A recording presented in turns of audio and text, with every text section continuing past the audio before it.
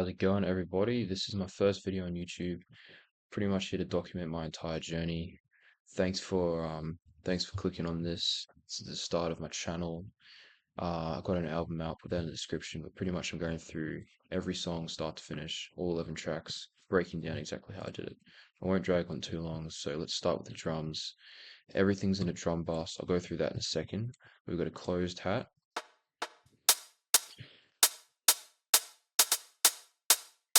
Everything has a 30% swing. Swing logic, use swing logic. That is the best one in my opinion.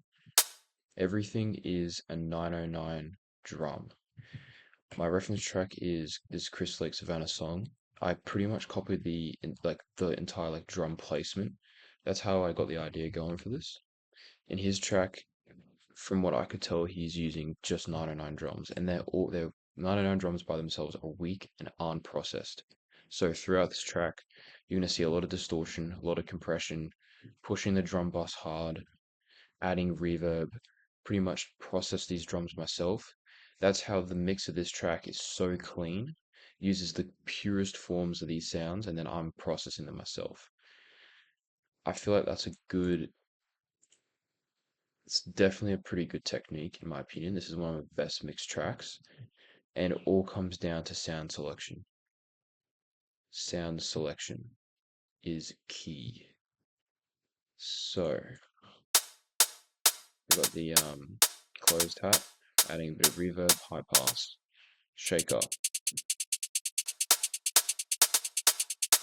high pass, auto pen, some stereo field, tightening it up a bit. Kick. The kick is a 909 kick, obviously, Evo sounds, saturation, and EQ. With 909 kicks, you always want to saturate every single time. I mean, depends what you're making, but and without this EQ, it's too boxy and doesn't have enough sub. So removing the boxiness and giving it a bit more oomph, pretty much in the chest. And then I'm tightening it up a little bit with the transient, so it's a bit more tighter, it's a bit more short. Shorter kicks, always better kicks. Okay, 909 hat, high pass again, decapitator. Without it, that decapitator. With it, slight more presence, just a little bit more of that color in the sound. Layering that, decapitator again, clap, 909, reverb. Always put reverb and always put pre-delay on your reverb so that transients of those reverbs aren't interfering with the sound. It lets it come through, and then the reverb will play after the sample. Always use pre-delay. Most of these mixing tricks are coming from Disclosure. They have tons and tons of material on their YouTube. So most of my mixing learned from them. Layering the clap. You always want to layer your clap because kick and clap playing at the same time. When it comes to your limiter, they're both going to peak in volume, and we don't want that. A way to reduce that is to clip, add distortion, compress, or layer. I chose to layer this because when you're layering the sound, it sounds louder without increasing the volume. Turn the volume down after you've layered it, and then there's less of a peak volume, in my opinion, and it just sounds better. So all these mixing tricks we're applying in the mixing phase, so then when it comes to mastering, you're barely doing anything. In my opinion, mastering is just turning up the volume knob, to be honest. Don't overcomplicate it. Now I've got some accent hats with some top loops and a top loop down here.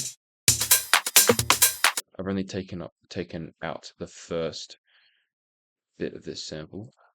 Goes this long, just using the first bit. I use a lot of splice samples, but I'm utilizing them in the right way. If it sounds good, it sounds good. Like, I'm producing everything else. I'm pretty sure I use a splice sample for the bass, but we'll get to that.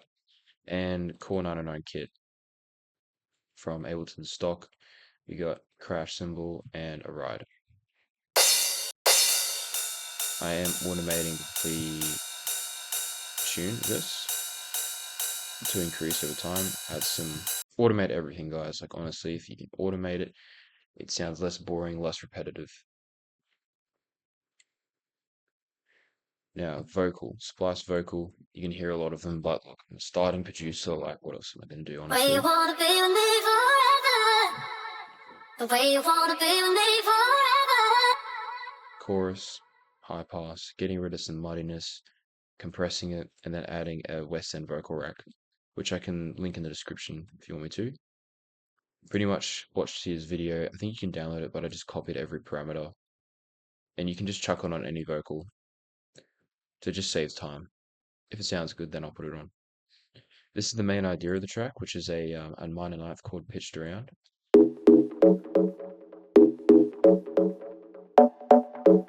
From splice, add chorus, saturation, without saturation, it's just too flat.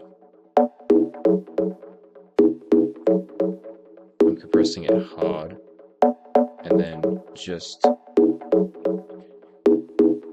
sidechaining it on 50%, so it doesn't interfere with the kick too much. And I actually put the vocal rack on this as well. Thought it sounded good. EQing again. Don't know why I'm doing it again, but I think the vocal rack introduces the bit of low end. And then I'm adding reverb again. I sort of just add things and see if it sounds good. It's not like a set process I do, mostly. This is the bass. Now this is cool. I've got shifter and I'm automating the fine tune, so there's tons of pitch bends.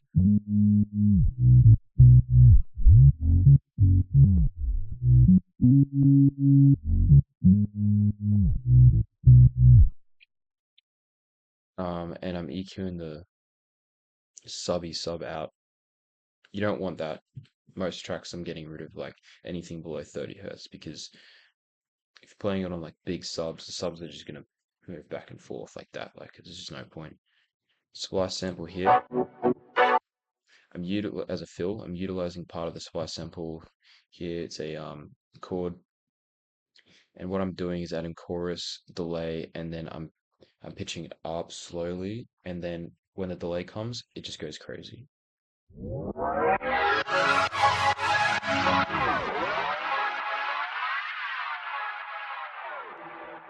Adds a bit of texture.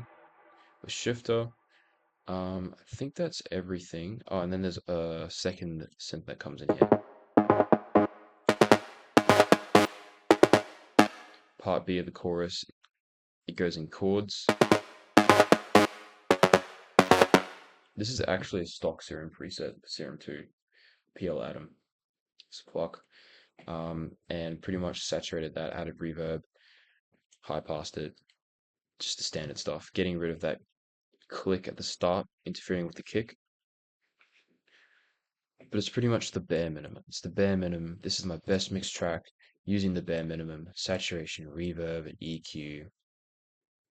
Controlling the dynamics, adding depth, just the basic stuff. And then I've got a chord here. And that is, I actually made this in Serum. It's just a Juno, a bunch of layers. With the resonance, that part's important. Resonance and then just a really slow envelope for the volume of the decay, which is also linked to the cutoff, I think. No, envelope 2 is linked to the cutoff, so it's like adding like a bit of a punch without, if I make it longer. And that does open up throughout the track. Um, and then a respace to make things a bit different. It was very subby, so hard EQ there. Now the drum bus and the master is pretty much identical, but I follow the same process with this every single time. I always have an EQ automating the high end of the drum bus, so then I can remove it during the breaks and then have it sweep up for the drop. First step all the time is the SSLG bus, always on a slow attack, fast release. So it just really brings those transients alive. And pretty much is just compressing that kick. I don't really go past 4, but it's mainly just compressing that 909 kick, which is pretty punchy on its own. This, the secret sauce, is the universal audio tape recorder. And this is just adding saturation. And then it always adds an EQ to the saturation, which I'm reverting back. It always adds this like low bit and then a bit of this high bit, and I don't like it. So it's too subby and too harsh, so I attenuate those after the saturator. And then I'll put a limiter, soft clip, so it doesn't go past a certain amount, so it doesn't interfere with the master. It's the same thing every time, inspired by Disclosure. Compressor, saturator, tape saturator, EQ, limiter every time. Same thing is happening in the master. It's the same thing. Sometimes I'll put the master on 10, but this time it's 30. Brings out those transients even more. Same tape saturator. Doing the same thing, but a little bit harsher here. Attenuating whatever's happening in this tape saturator. Rolling off the highest high ends. I'll get to this in a second. And then limiter, and I'm taking off just a tiny little bit. I'm really this track is really bouncy. I'm preserving the transients. I don't want it flattened by compressors and limiters. I'm making sure everything is lining up perfectly in the mix. So in the master, all I got to do is move this up, and then have a Ulian loudness meter to make sure it's around 8 loss. And you'll see in a second, I'm not taking much off. And that is, put the loudest meter on.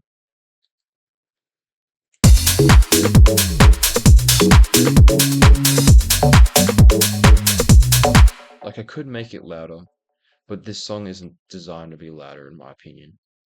It's designed to be clean and punchy. And last, I've got a convolution reverb. So pretty much whenever I get ear fatigue, I'll turn this on.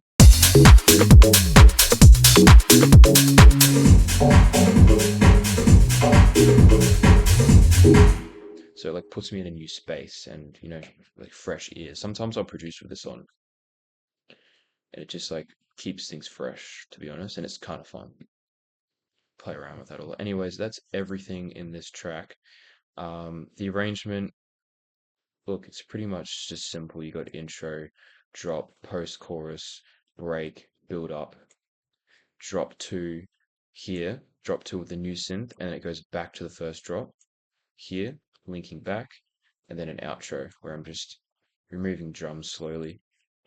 Like, I'll make a full video on like how I arrange another time, but I mean, you can hear it and listen to the arrangement. The only thing I will say is I like to make something repetitive after the drop. Where is it? Yeah, I made this synth repetitive because it just creates tension. And I always like to make tension, create tension after the main drop. And then that will lead into the break where everything sort of just quietens out. And I always remove the kick during the break mostly. Anyways, that's everything. Thank you so much for watching this.